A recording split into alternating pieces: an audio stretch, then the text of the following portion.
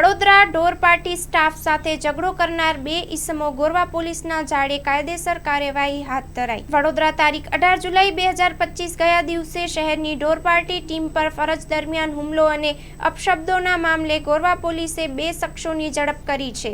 શહેર police commissioner Shri Narasimha કુમારના માર્ગદર્શન હેઠળ પોલીસે ત્વરિત કાર્યવાહી કરી આરોપીને પકડી પાડ્યા છે।